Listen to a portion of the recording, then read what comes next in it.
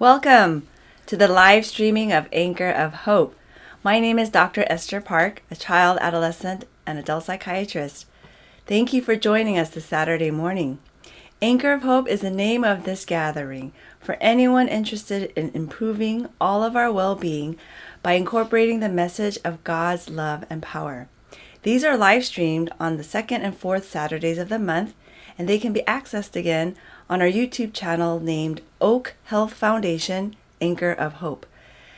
Please consider pressing the subscribe button below to keep updated on all the seminars. Through these meetings, we hope to build a community where we can witness one another experience unshakable hope and unprecedented healing that comes from learning about Jesus. Anchor of Hope is sponsored by Oak Health Foundation, a nonprofit organization committed to raising awareness regarding mental health in order to reduce stigma and the prevalence of severe mental suffering. The goal of OHF is to deepen understanding about integration of Christian faith with comprehensive healthcare resources. For more information, please visit our website at www.oakhealthfoundation.org. For today, we will review a two-part seminar on the very important topic of grief. Dr. Meejin Park, a licensed clinical psychologist, will present the initial part of today's topic, and then Pastor David Chung will share the spiritual reflections of this important topic. A Q&A will follow afterwards, so please feel free to type in your questions anytime during this seminar in the chat box below. So before I begin today, shall I ask God to bless us? Join me. Dear God, thank you so much for another opportunity to learn and to grow and also to be healed from various difficult issues. And today we especially pray for your blessing regarding those who are facing grief, those who may not even know they're facing grief or experiencing it. Shed some light for us, Lord, and also remind us of the hope we really have in Jesus. In Jesus' name we pray. Amen. Stay tuned for Dr. Meejin.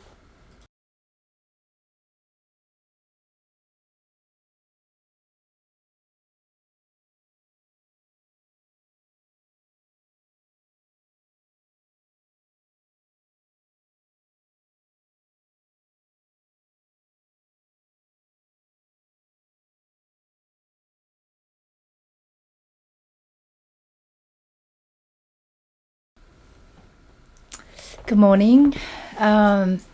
Today's topic, as Dr. Esther mentioned, is not an easy topic. Me being a psychologist, I treated a couple patients with grief, but this is one of the topics that I always have the difficulties with. So something that we all are going through once or the other, but it's still not easy and not getting used to it. So today, again, we wanted to go through about the grief as much as we can within the limited time so we can make a sense of an understanding of grief. So when a person loses someone closer to them, it is natural to grieve.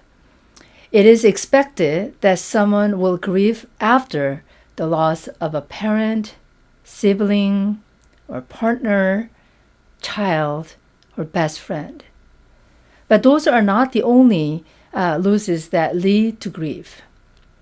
People may grieve the loss of a treasure pet, a job, or other important role in life, a miscarriage, retirement, and loss of health, loss of financial stability, or home or other emotionally significant possessions. And it often occurs after a divorce. Unfortunately, many find that those around them do not acknowledge these forms of grief. This particular grief process takes time and involves many different emotions and behaviors.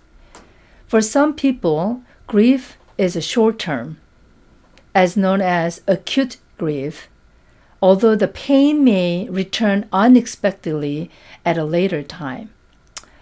With my personal experience, when my father passed away last year, I didn't go through the grief right away and at the moments, but really unexpectedly, a couple months later, it really hit me, and I had to process that. And then so many unresolved things within me came out of it as well. But other individuals may experience prolonged grief, as known as complicated grief, lasting months or years. Without help and support, such grief can lead to isolation and chronic loneliness. So before we're kind of getting into in depth of understanding grief, I wanted to go through a couple myths and the facts about the grief and grieving. So I found this information online, so I kind of wanted to go through it and also find the fact about this myth. So first myth that I see here is the pain will go away faster if you ignore it. What is your thought on this? Just thought about it a little bit. The fact is, trying to ignore your pain or keep it from surfacing will only make it worse in the long run. For real healing, it is necessary to face your grief and actively deal with it. Okay? Second myth that written in here is it's important to be strong in the face of loss. The fact is, feeling sad, frightened, or lonely is a normal reaction to loss. Crying doesn't mean you are weak. You don't need to protect your family or friends by putting on a brave front. Showing your true feelings can help them and you. Another myth is if you don't cry, it means you aren't sorry about the loss. The fact is, crying is a normal response to sadness, but it's not only one way to deal with it. Those who don't cry may feel the pain just as deeply as others. They may simply have other ways of showing it. This was my case. When I arrived at my father's funeral, I couldn't cry. And then some people were actually asking me, how come you don't cry? But my sadness came out with a different way. As I share, unexpectedly it came a month later.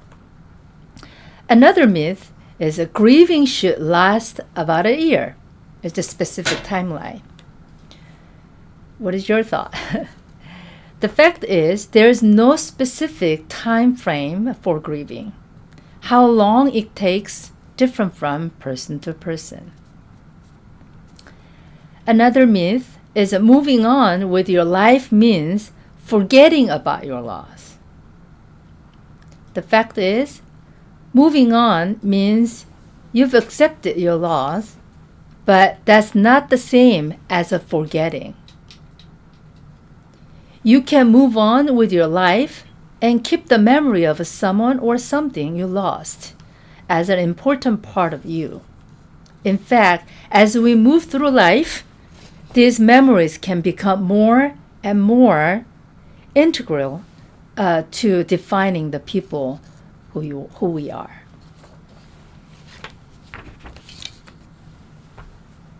The term grief is a person's emotional response to the experience of loss. They vary widely from person to person and within the same person over time. Common griever reactions include difficult feelings, thoughts, and physical sensations and behaviors. People who have experienced loss may have a range of feelings. This could include shock, numbness, sadness, denial, despair, anxiety, anger, guilt, loneliness, depression, and helplessness. Sometimes this feeling can come with multiple at the same time. Sometimes you will have mixed feelings with joy and sadness together.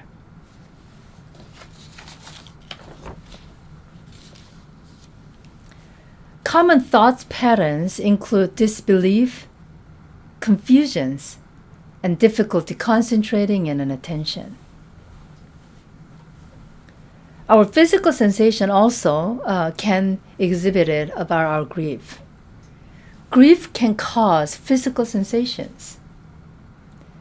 These include tightness, heaviness in the chest or throat, nausea or upset stomach, dizziness, headaches, muscle weakness or tension, and extreme fatigue. A person who is grieving may struggle to fall asleep or stay asleep. He or she may also lose energy for enjoyable activities. The person may lose interest in eating or being social. Grieving person may also become more irritable or aggressive. Other common behaviors include restless or excessive activities. Again, as we see, so each person experiences grief in a very different way. There's no one or the other way. Some theories actually have this grief stage. Yes, some people may go through that stages as well, but it doesn't have to be. It's a linear way, but it's depending on the person who are going through the grief. There are periods of intense and painful feelings that come and go. It's not a one times or then we're done with it, but sometimes we experience in the beginning, sometimes later. Sometimes it's just like a roller coaster. Losing parents at any age is very difficult. My friend told me after she lost her mother, "I'm an orphan, Mijin. I'm a nobody's child anymore."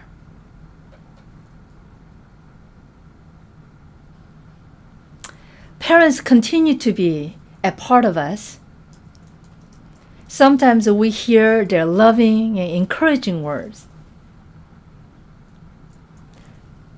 Some, however, may continue to hear their parents' criticism and critical and condemning words throughout their lives.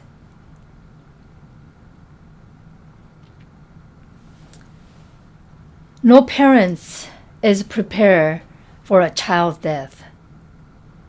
Parents are simply not supposed to outlive their children. Nothing can be more devastating. Death changes everything, every aspect of family life, often leaving an enormous emptiness. This quote is from The Lemon for a Son. It said the author lost his son his son was at 25, and he was going through the grief, and then he was writing this. It's the neverness that is so painful. Never again to be here with us, never to sit with us at the table, never to travel with us, never to laugh with us. All the rest of our lives, we must live without him. Only our death can stop the pain of his death.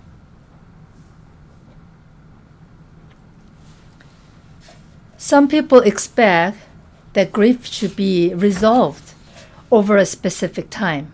such as a ear, as we talked about as one of the myths. But this is not true.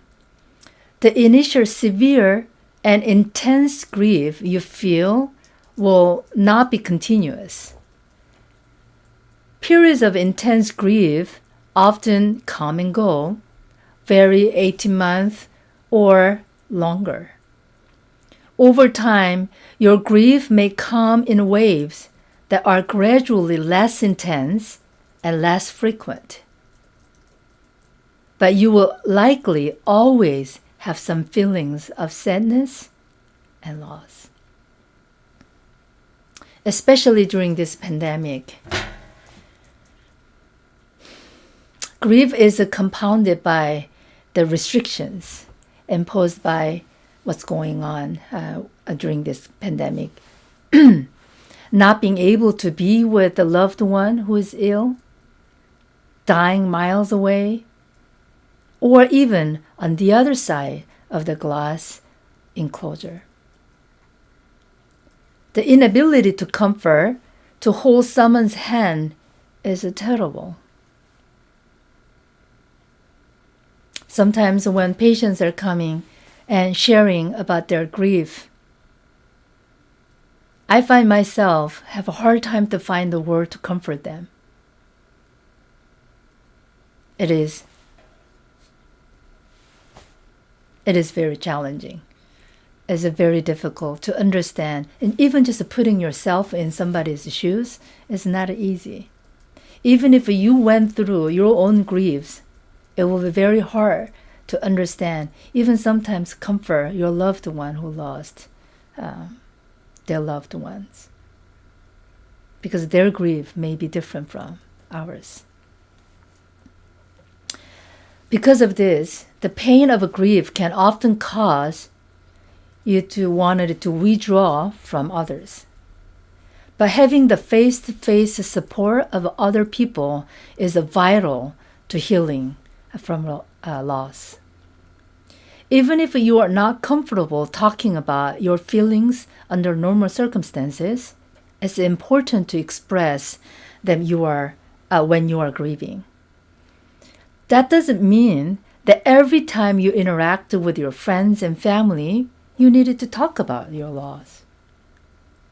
Comfort can also come from just being around others who care about you.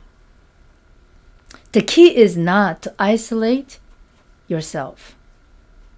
Also, it's more important than ever to take care of yourself when you are grieving. Sometimes you may feel that your friends or your family, they don't understand what you're going through, how you feel. That is true. That is possibly absolutely true. Not many people may understand what you're going through, the depth of sorrow and grieving, the pain that you're going through.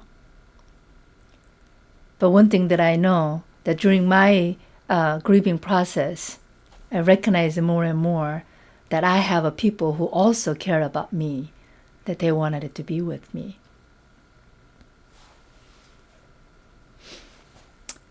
If you are experiencing symptoms of a complicated grief or clinical depressions, please talk to a mental health professional.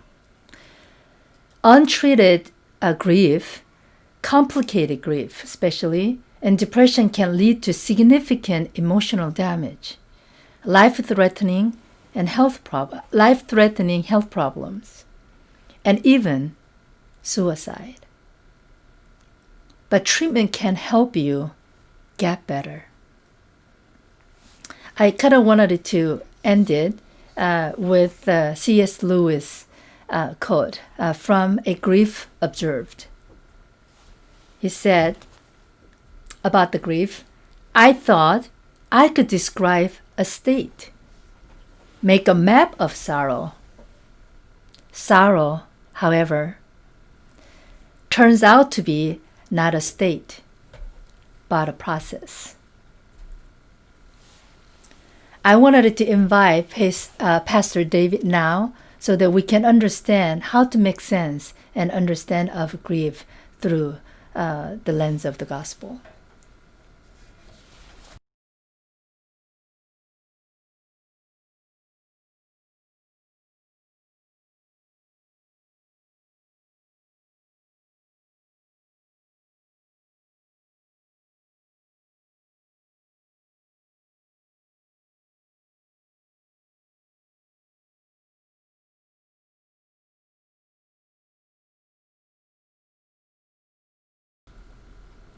Thank you, Dr. Mijin, for that review. Now allow me to introduce Reverend David Chung. He is an ordained minister with the Presbyterian Church, USA, and has served in local church ministry for over 17 years. In the past 2 years, Pastor David began work as a hospital chaplain with Providence St. Joseph.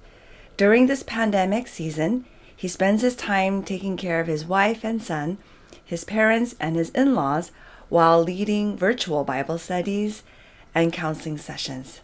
Stay tuned for Pastor David.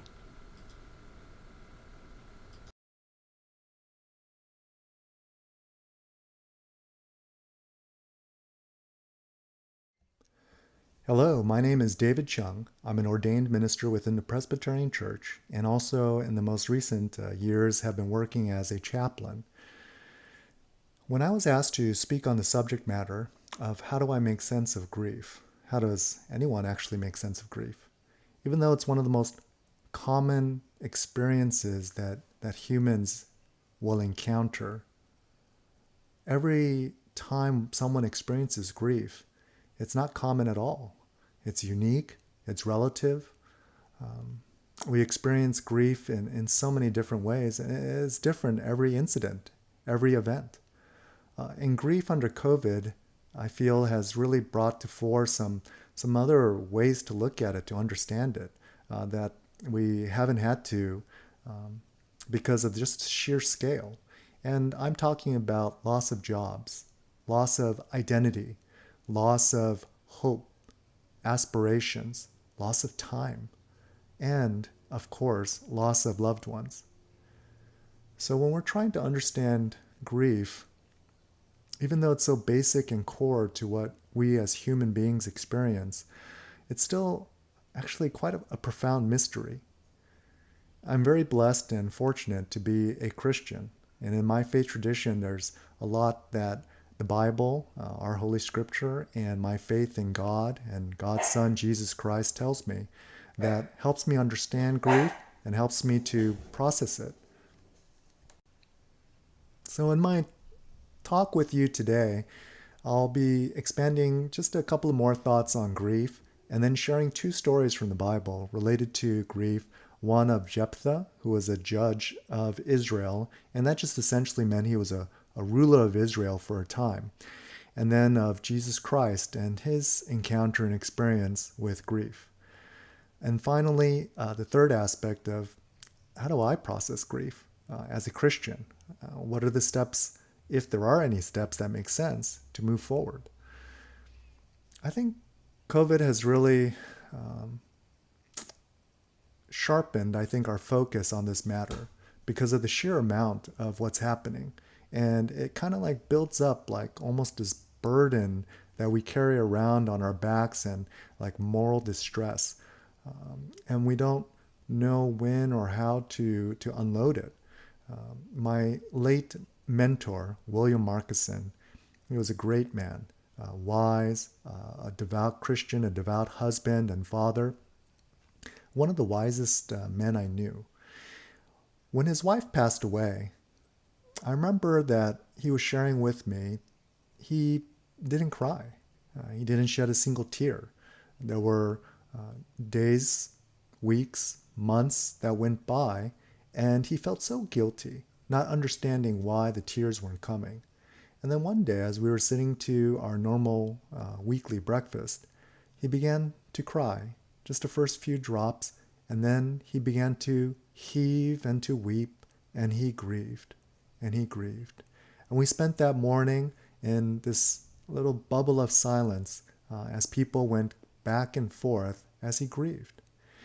And I think that's the hard part about grief, is it's unexpected. It always takes us by surprise. It doesn't happen on a timetable. So when the Bible speaks to grief, I think it's so very important because it helps give me, and I hope you, some understanding of what we together in this event can hopefully increase in our knowledge and perspective, and hopefully be able to do this together. In the story of Jephthah, as I mentioned, he's a judge of Israel, which meant during these primitive times of Israel's history, they didn't have kings, but they had rulers called judges. And in times of distress, a judge would come to the fore and help Israel through it. Jephthah was the son of a prostitute. I'm sure this wasn't a good thing for his family background and mental makeup at the time, especially in these primitive times. And sure enough, he was driven away from his family by the legitimate brothers. But when a foreign invader came, the leaders of Israel came to Jephthah and they asked him to lead them in battle because Jephthah, maybe because of his hard circumstances, who knows, was an accomplished warrior. Jephthah agreed, but only if they made him leader over the Israelites after he defeated the enemies. So they agreed. Jephthah went to battle, and prior to going to battle, he made an oath to God. And in that oath, he said that if God would give him victory, then he would sacrifice to God the first thing that came out of his house. Now, God doesn't require oaths from us. That's something Jephthah did. God doesn't require those sacrifices. I mean, in fact, God would far rather just have us be obedient than to have to make sacrifices. In this instance, Jephthah made the oath in front of witnesses, and then he went off to battle. During the battle, he was victorious, and as he came back home, to his horror, the first thing that came out of his house wasn't a chicken, wasn't a goat or a sheep as he expected, but it was his daughter. And as she came and crossed the threshold of the doorway, and running to her father with smiles and tears of joy and relief going down her eyes, she probably was so dismayed and shocked to see that her father wasn't mirroring her happiness. When she found out about this terrible oath that Jephthah had made and that he had to fulfill according to his own integrity, even though, again, I say that God didn't make a requirement of him to make such an oath, she asked one thing of her father. She said, "Allow me 3 days, that I may go up into the mountains, and that I may mourn with my friends." And what was it that she was mourning? She told her father that she would never get married. She would never have her family, children. Those were critical, important things, true to a woman's identity in these ancient times. So at the conclusion of those 3 days, she returned, and presumably, even though the Bible doesn't tell us the rest of the story, Jephthah carried out his oath. This story speaks so much to the human condition of grief. There's a father who had the grief of his background and always trying to overcome it. There's a father or a man who had to overcome it. And then a father who, through his own words, through his own actions, causes grief to his children. How often do parents, in the later years of their lives, grieve over what they did to their children when they were younger, or even in the present? And for Jephthah, I can't imagine that he made this oath and then he had to carry it out. How can you wake up in the next morning with your heart so broken and full of guilt and shame and grief, and in the days and the weeks and the months and years to come? That's a burden that Jephthah had to bear, like so many people would have to bear.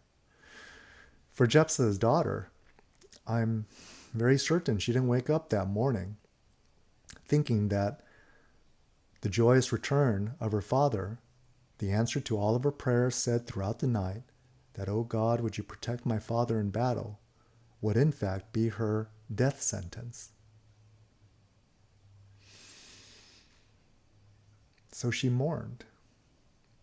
She had loss, deep loss, not just of her own personal life, but of her future. All the dreams, all the imaginings she might have had of how her life would have turned out, all of them cut short. And this was an external force that caused all this. It's not something she did. She's not at fault at all. And in fact, it came from the most unexpected source, a loved one, her father.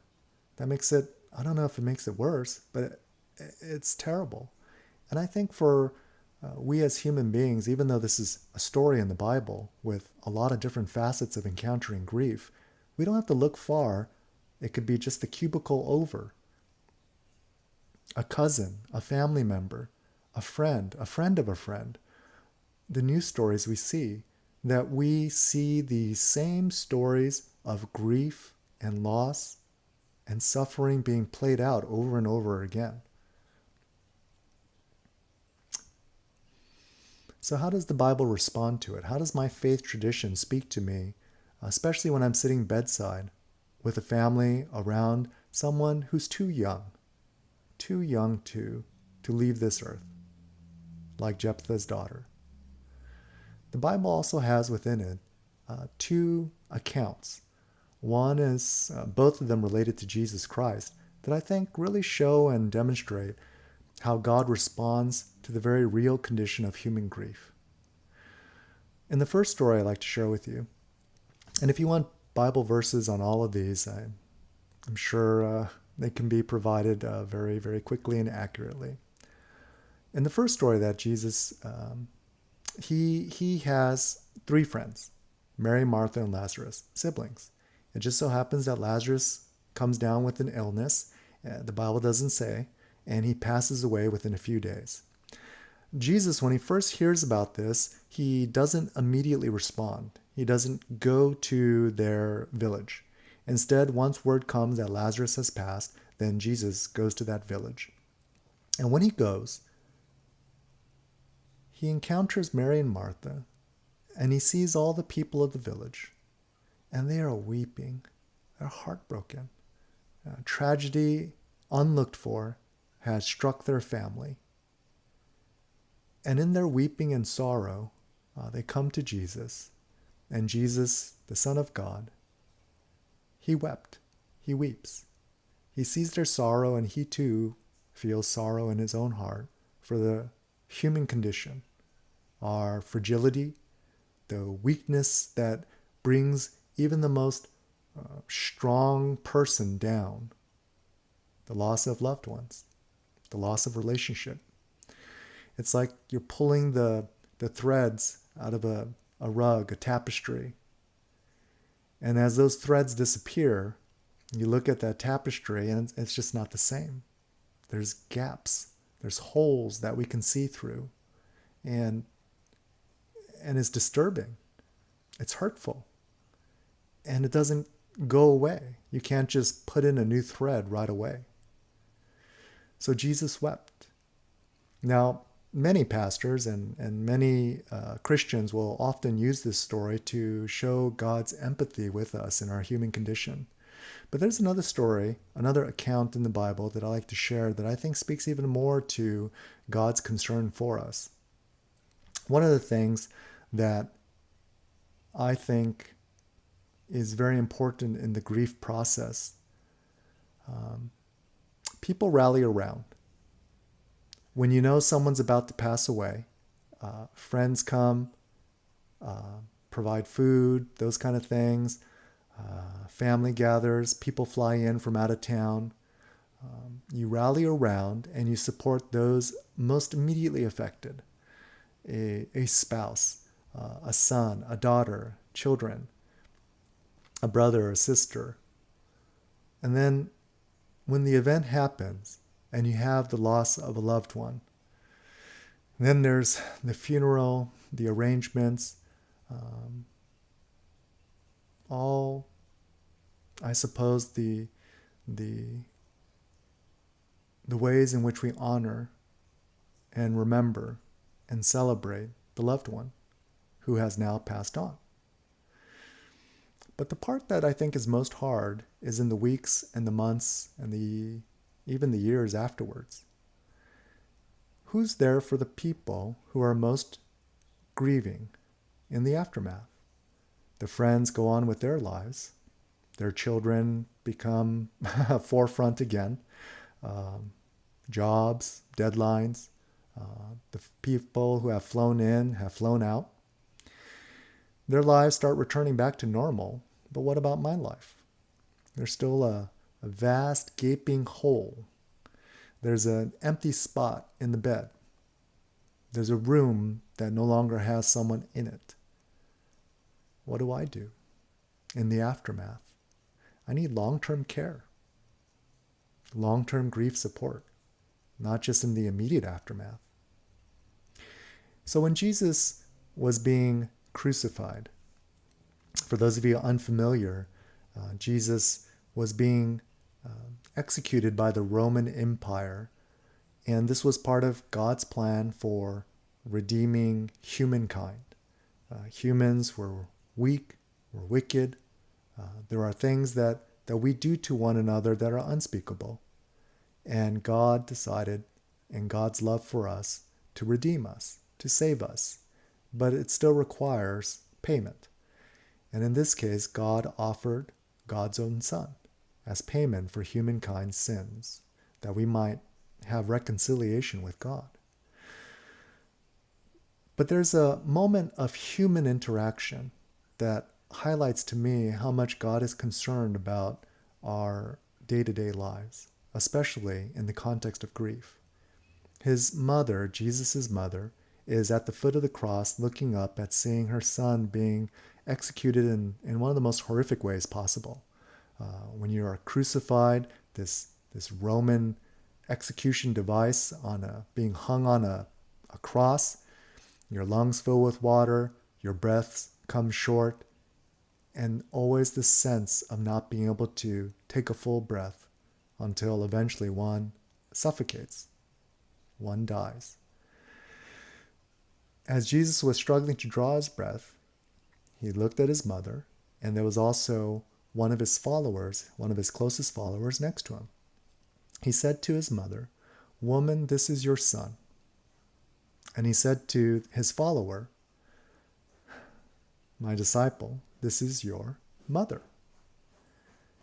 He was making provision for his mother, for her long-term care, entrusting that after he would die, that his disciple, one of his most trusted followers, would continue to take care and take on that responsibility for his mother, since Jesus would not be around to do that. I think that to me tells me how much God cares for the here and now. Many religions talk about the afterlife, that there'll be no more tears or pain or suffering. But when grief strikes us, I think our most immediate thought is, I don't know what to do now. And to have someone be there by your side, they don't have to talk, they don't have to have the right words to say or the right actions to do, except just to be there, to sit by you, to grieve with you, to weep with you, to give you the assurance that tomorrow they won't be gone back on a flight, that next week they won't be gone back to their work deadlines, that in the months to come you have someone who will be there for you. So how do I make sense of grief in this day and age? My life's calling is basically to work with people in grief. And what my faith tradition also tells me is that God walks with people in grief. God walks with them in weeping. God walks with them in immediate care, the aftermath, and long term. God calls all of God's followers, all of Jesus' followers, to follow in those same footsteps. Because making sense of grief is not something that an individual can do. It's something that requires a faith community. It's something that requires people who have been compelled to walk those paths with you. So I like to conclude with a prayer, because that's my faith tradition, if you'll allow me, just for everyone who might be experiencing this burden of grief. Our Lord God, my Lord Jesus Christ, for those who have experienced loss in all of its different forms, the loss of a loved one, the loss of a job, the loss of hope in future, I pray, O God, that you would be with them, grant them solace and comfort, grant them peace, and grant them fellow travelers who will travel with them in those deep valleys, those dark shadows, until we come back into the light one day. In Jesus' name, amen. Thank you.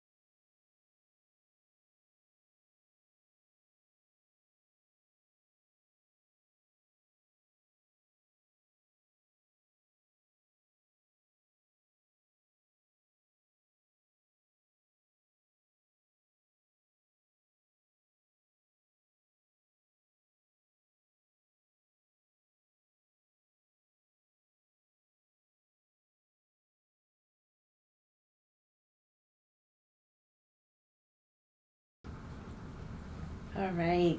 Thank you so much, Dr. Meejin and Pastor David. I know today's topic was not an easy one. I'm sure for those who were sharing and for those who were listening.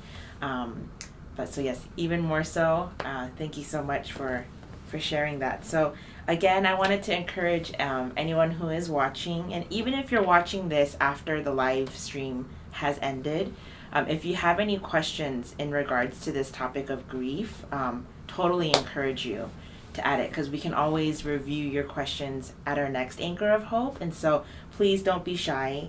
But while we wait for any of our live questions to come in, I did have a question of my own. As someone who has yet to experience like a very significant loss in my life, I think I always struggle with when I have a friend or probably a friend or a close one in my life that is experiencing grief or loss, how I can as a friend be there for them. And so I guess the question that I'd like to ask is, as a friend, how can I approach or console somebody who is going through loss? Because sometimes I feel like, my words of just, I'm so sorry for your loss, isn't enough. I know, some people are very sensitive, during this time of what we say, and I've heard that maybe one thing we should be careful not to say is, "I know what you're feeling." So maybe just be very careful saying I know what you're going through, or I know what you're feeling, because that may not be so comforting to them. Mm-hmm. One assumption that I know that I might have and others may have is the one who's grieving may not want to talk, or they don't really want to talk about it. But I found that it was the opposite, that if someone gave them space and ask open-ended questions, or tell me your experience, what are you going through, and you give them time, they will open up and actually share a lot. There was this one phone call I made to a friend who just lost her mother at that time, and I wanted to check up on her. And I thought it'll just really be 5-10 minutes. That's where my assumption came in. And one question led to another, and she just talked the entire hour about her experiences and what she was going through and her frustrations, about everything in the process of the dying process and the funeral process. And so giving time and silence allows them to realize, oh, you really want to know. You really want to listen. Yeah. You don't have to have all the answers. Don't be afraid like you have to cure them or you have to have all the right answers for them. Just listening to them, just being there, is enough. That's very comforting to your friends. So just being there as a friend. Don't be afraid that you have to have all the answers. Yeah. I have another one. Not helpful, because he mentioned what's not helpful is, well, I think it's not helpful, but it might be encouraging. So you have to be the judge of the friend that you're saying this to. Let me know if you need anything, or tell me what I can do for you. I mean, it sounds really encouraging, but I don't know. I didn't feel it helped me during times of some of my difficult times. I don't know what I'm gonna say. I can't just call them back like, well, actually, can you get me some lunch? Like I don't think that's really as easy. I think that if you really wanted to do something, to be creative. And one of my friends, what she did, just as a surprise, sent me an electronic Whole Foods gift card, knowing that I am preparing food for my parents a lot during this time. And it was such a surprise, and she just knew that I go grocery shopping for them, and she sent me a gift card. Yeah, so I think both who are grieving and also who wanted it to comfort for the family or friends who are grieving, we both needed to accept this grieving process, the saying something or comforting them with the word. That moment is very awkward because really no one knows what to say. It's because no words will really comfort them. Grieving is a very unique process that not the something that will soothe you or comfort you. So we both needed to accept that my friends will have awkward time and they have a difficult time to say something to me when I'm grieving. It's vice versa. So we both accept it is very awkward and difficult and challenging moment. Then your word, right, is not much of a meaning, but your action will be. That's why it's listening is another action that you can show. And just be there for them is another action. But the word doesn't have much of power and meaning during the grieving process in a both way. There's another one that I know Dr. Meechin did. I thought that was very encouraging because she just mentioned sometimes we don't know what to say. So one of our group chats with a friend who lost a loved one, she was trying to formulate something on the text message, and so she wrote, I don't know what to say, literally on the text message. I typed it out, I don't know what to say, and then followed by a scripture verse that came to her mind that might be encouraging for that friend. So you have to know your friend to know what would be encouraging and what to say and not to say. Awesome. So it definitely does seem there are no right words, if anything. It's just the sincerity of your actions in wanting to be there and comfort your friend. Yeah, so one of my patients who lost 19 years old son, and I did about a year grief therapy with her. Most of my therapy sessions during that time wasn't my word. It was silence. But she was processing through the arts and she was expressing, so I was just there really listening. So sometimes the silence in itself is part of the healing because that's what they are experiencing. Then me being there, being silenced with them, and often works as well. Again, the awkwardness, you will feel it, but your friends or family who are going through will not gonna feel that, but they will feel more of your presence. As we were sharing, I had another just random question pop up. I know you guys mentioned, Dr. Meechin, you mentioned how, there is no set timeline in terms of how long or how short someone's grieving process. It can kind of come and go, as they live. As a friend, then, do you feel like? Because I feel like I've witnessed this.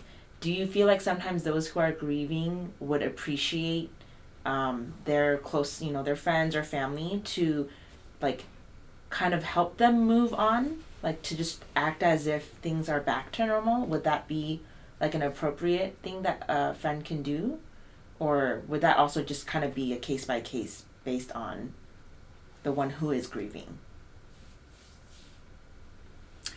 Yeah, I mean, I imagine someone who doesn't like to be in the center of attention, that the whole room is just focused on that person and not do something. That would be awkward. But at the same time, to completely ignore that there is a phase of bereavement that day or that week, and no one acknowledging it either. Like, for example, the anniversary of that person's loss, or then that would be awkward too, or maybe even insensitive. So I would say it's case by case. Case by case. Yeah, case by case, because you have to, your friend, you know their personality, so you don't want to push them into doing things they're not comfortable with. Like I said, we don't have to cure them. You don't have to cure them. It's more just being there in support, being a listener, being supportive, just like what we talked about today. I think understanding the grieving process of someone without judging is important. I used to know a family where they lost their child, and then the husband and wife grieved in different ways, and one grieved along the way of the child's illness and until she passed. But the other parent could not stop crying and was so upset, maybe because it's a disbelief that the child is gone. But he observed the mother not crying and in agony and wailing. She wasn't doing that, and I think he expected that. So it started to offend him, and that was a huge reason for a lot of their conflict of after the loss of the child. So, and I felt like that's just the way she grieved, and that's the way he grieved, and we have to support one another in that method, that process. Great. Thank you for clarifying that. We have a few questions that have come through. I'm going to ask the second question first. How can we process unresolved issues with someone who has passed? That's like a therapy question. That's like from a therapist. Ask him what was it again? So how can we process unresolved issues with someone who has passed? That's a great question. Happens all the time. I would say one way is to really talk about it, to confess it, to say that this is gnawing at me, whether it be with a therapist or with an understanding co-family member, and share together with a friend, and hopefully a friend that won't just give answers and try to solve the problem for you, but speaking it out is definitely important, because otherwise it'll just grow inside. Yeah, one of the grief, I think I briefly mentioned in my talk too, that it really unexpectedly comes in any time and any moment. Sometimes just looking at one smells of a food, it reminds me of my dad. Right? I didn't expect that. I didn't calculate that. Why that smell will remind me of my dad. Or sometimes just looking at the street, just looking at the children suddenly is a reminder of my dad. I didn't know why that reminded me of my dad. Why the children? Right? So it really is an odd and weird way of just popping it up, those memories. Again, that's what we call, quote unquote, unresolved issues that is associated with those things maybe I don't know about, right? So even I had that process during my father's sickness and his death, and it didn't come to me. And after a month, and suddenly it just hit me so badly, and didn't know what was it about, and then I had to go through the therapy. And the therapy really helped me. What was it about? And it wasn't about specifically about my dad, but the certain memory associated with my dad is stuck in me that I needed to process that. So when I see that object, or when I see the smell or smell that the food, it doesn't associate it negatively anymore with me. It's as if it is my dad that it was actually causing me that pain. So especially in that case, if you know yourself that there's some unresolved issues, yeah, I will highly recommend for the professional help. Excellent, thank you. The next question is this, and I think for this ties into what Dr. Megan shared, how there is such thing as complicated. Was it complicated? Complicated and acute Grief, right? So how can someone know that like their process, like their grief process, is like an appropriate grief versus like a complicated process? Does that, am I wording that okay? Yeah. Yeah, good Like question. how do we know that this person wrote, how do we know we are in good process? Got it. I think that's a very good question. How do I know like I'm not becoming out of the norm, right? So I think for sure if you're having like suicidal thoughts, like, or if you're severely depressed where you're not eating, like if you have enough symptoms where you meet criteria for a major depression, then that's out of the norm of grief, and that's where you need to go get some help. And especially if you're having like suicidal thoughts, that's where you want to go get some help. And it's not something to be ashamed of that the grief became a complicated grief and it became major clinical depression. It's not necessarily caused by grief. What it could be is a stressor, like a loss of a loved one, and the process of grief could have triggered an episode of depression to surface.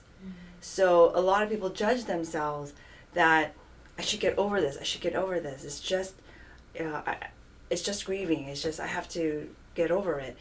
It may not be that case. It could be the timing of the surfacing of a major depression disorder after that loss. And many times, depression is a result of a major loss.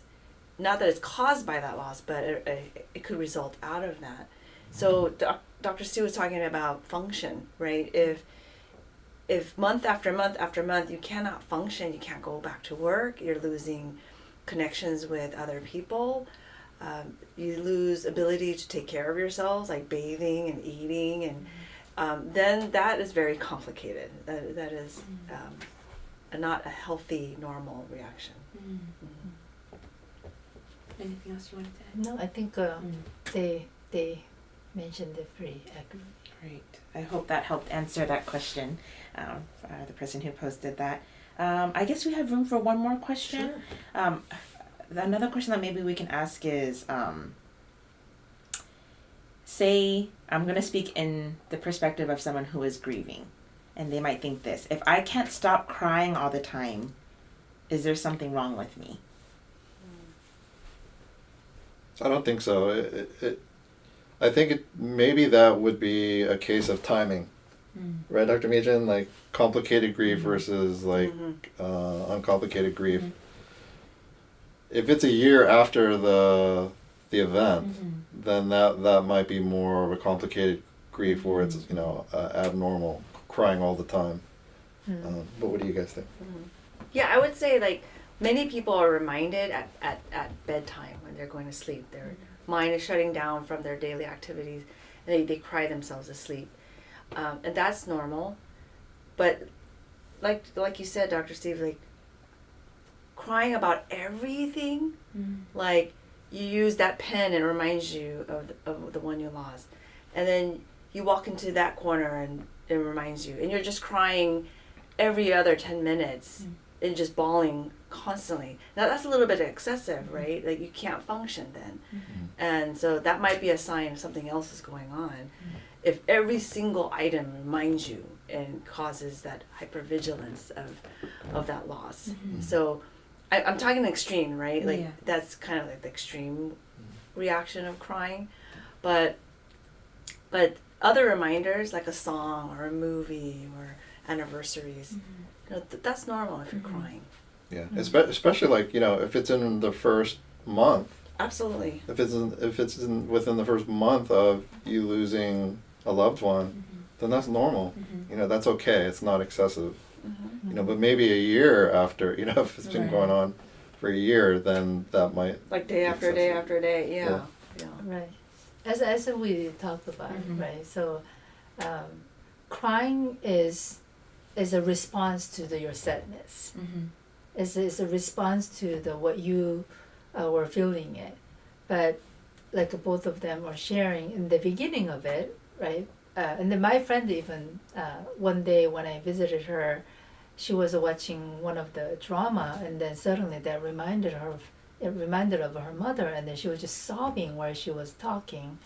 And yeah, that could happen. But if that sobbing and crying is daily basis, then again it could be something else, but the trigger by that, then that like another question that you had is unresolved issues Right. was actually affecting it more, but it's associated and adding it another memory of her loss.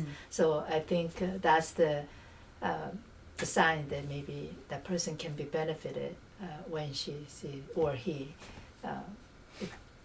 treated by the professionals. Thank you. I know I said that was the last question. I have one more question. Absolutely. This is a really, important, deep topic. Yeah. So, I feel like both of you guys mentioned it. It was one of the myths that Dr. Meejin brought up of how if you're not crying, then you're not truly grieving. Okay. So, you mentioned your the couple that lost their child. One of the parents couldn't cry, like they weren't crying. So, what if that person who doesn't seem to have the tears to grieve, they want to cry, right? So that what if it's like if I'm grieving and I can't cry, but I want to cry, what can I do? I think, you know, different people grieve differently, and you can't, if you're not a crier, like some people cry very easily, even in my family. I won't mention names, but some people cry a lot more easily compared to others. So if you're not a crier and you're not crying and you want to cry and you want to make yourself cry, that's not going to happen. You know? And you shouldn't feel guilty because you're not crying. It's just that's not the way you grieve. That's not your way of grieving. Yeah, I've been told that I'm not a good crier, or I don't cry, and I was thinking about this topic and like how come I don't cry as much compared to my sisters. And I love their freedom to just let it out, you know, just cry, and they cry in front of me. And go, one of the funny reasons I don't let myself cry, because when it's overflowing, you just have to let it out. But I have this tactic of like shutting it down. Like I can turn off the valve, you can close the valve. And one of the reasons I don't like crying, I know this sounds funny, and maybe it's a good comic relief of this topic, but I don't like how my eyes get puffy. And I can't breathe because it's just so stuffy. And if I can't breathe, I can't sleep well because I have to lie down. Right? So for me, I don't like the way my eyes look the next morning. And so I don't know, cognitively, I just use those reasons perhaps to like shut my emotion down. And then it shows in other ways. In terms what you're saying about like how you express grief. And for me, it probably shows in my physical symptoms, in my physical body, whether it's tension or headache or soreness, you know, and difficulty sleeping, difficulty digesting. And so yeah, it's true. Everybody expresses differently. Yeah. So again, during my father's funeral,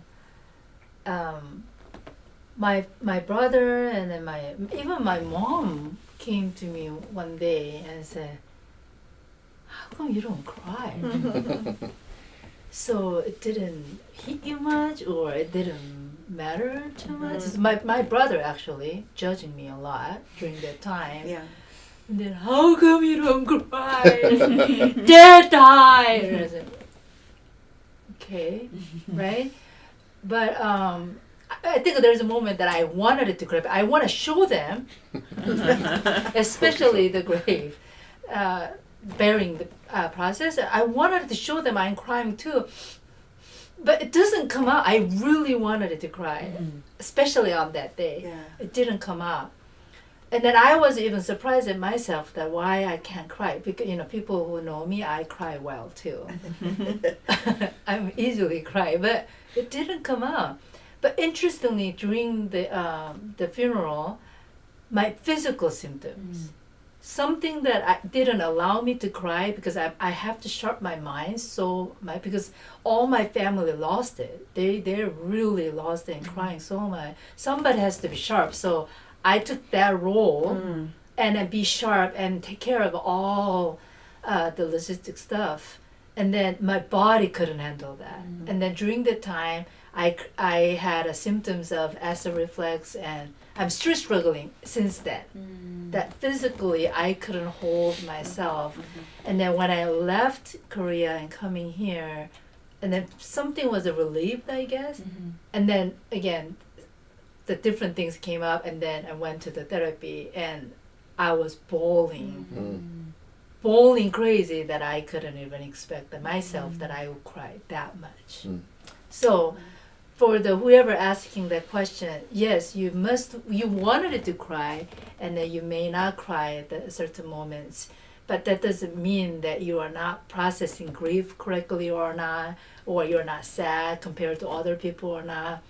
But something else is holding you, maybe not in that manner, not a typical or other people's crying way of grieving, but something else you may experience it. Or maybe that's another question that you can take it to your therapist and bring it up. And then, I want to cry. What makes me not to cry? Yeah. So I think that's another way to process it. Yeah, if you're feeling that tension and anger, and you want to cry but you can't cry, maybe try and do something else, like talk to somebody or some exercise or something to kind of get the stress and emotions out. Right. Do we have time for one more question? I mean, you can watch as long as you want. Okay, because we just got a very good question Okay. in our chats. Actually, this is interesting because we've only been talking about the perspective of when a parent loses a child or something. This person asks, how do you help a child who lost a parent feel comfortable with their grief?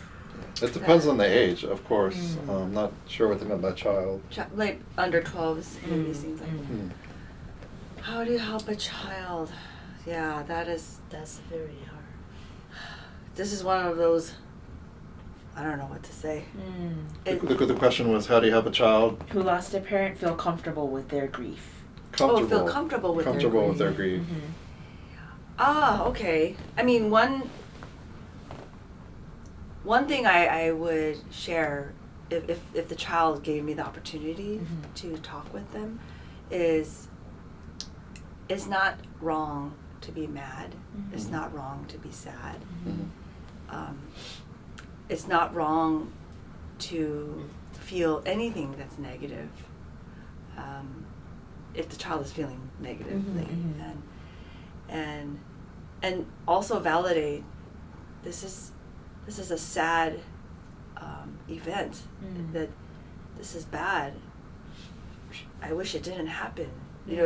Just validating with the child. And then I think also, again, like the first question, giving them an opportunity to share what they wanted, if they have that opportunity to share.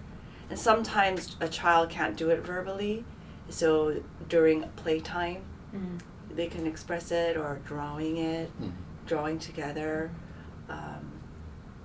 and doing an activity together. It sometimes draws out that those thoughts and feelings. Again, grief is a very different person to person. Child is the same thing. So oftentimes, when we are doing child grief process, we are not leading. Again, I think this is a amazing piece of the therapy and the art of the therapy. Therapists don't do as much, even though it's a child who are going through the grief. What we do is just questioning that child, their memories of their loved one.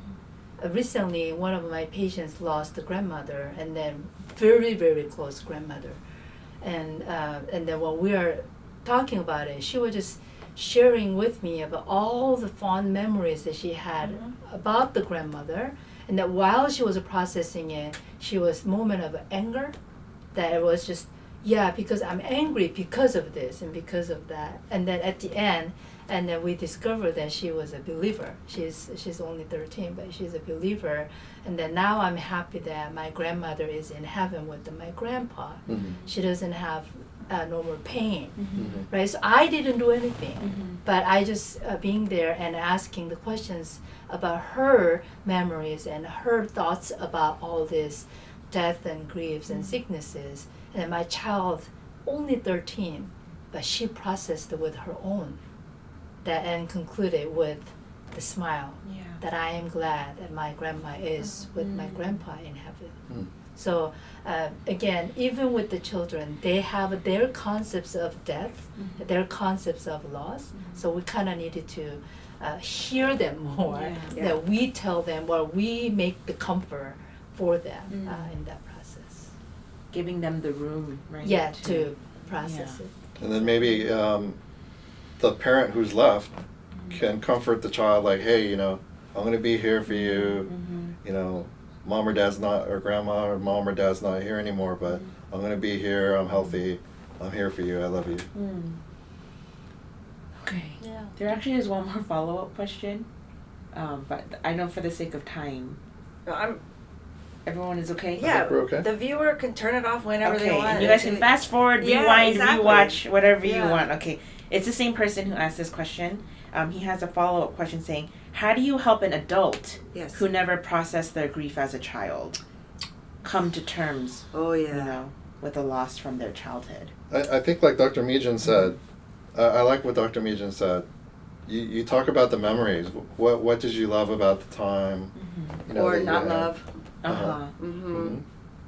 Yeah, I think the space to be able to let them talk is the only way to process, and also even questions about what made you like put it to the side and put it on the back burner this long. What was it?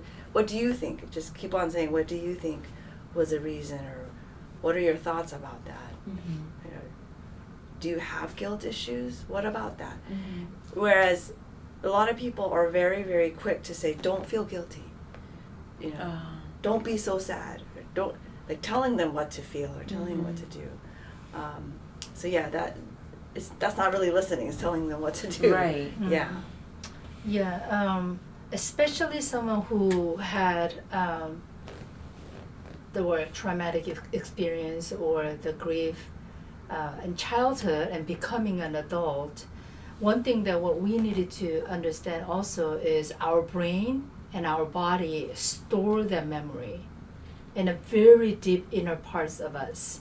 We may not understand, but each year or each moment that when we are experiencing getting older, layers upon layers and layers upon layers is adding it up. But at the core, that if that grief, that the loss that they had in childhood was locked in their memory, the parts of their brain and their body, and then it kind of adding in another layer, but now they don't see that in itself, but other things are layered, but it's a reflected of unprocessed the grief that they had in their childhood.